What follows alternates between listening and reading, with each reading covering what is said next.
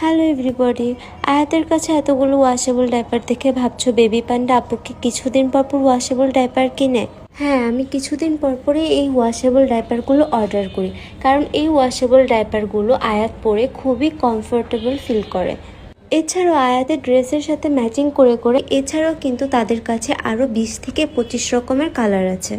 আচ্ছা, এইবার তোমাদের বলি এই ডাইপারগুলোর কোয়ালিটি কেমন।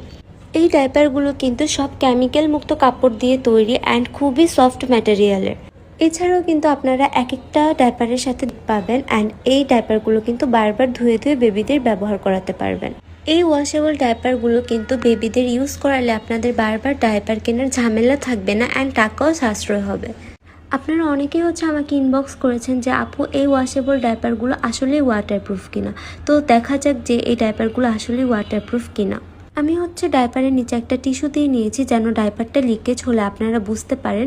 তো দেখো আমি কিন্তু এখন ডাইপারের উপর অনেক পানি ঢেলে দিচ্ছি আর এটা এখন চেপে চেপে দেখবো যে এটা লিকেজ হয় কিনা।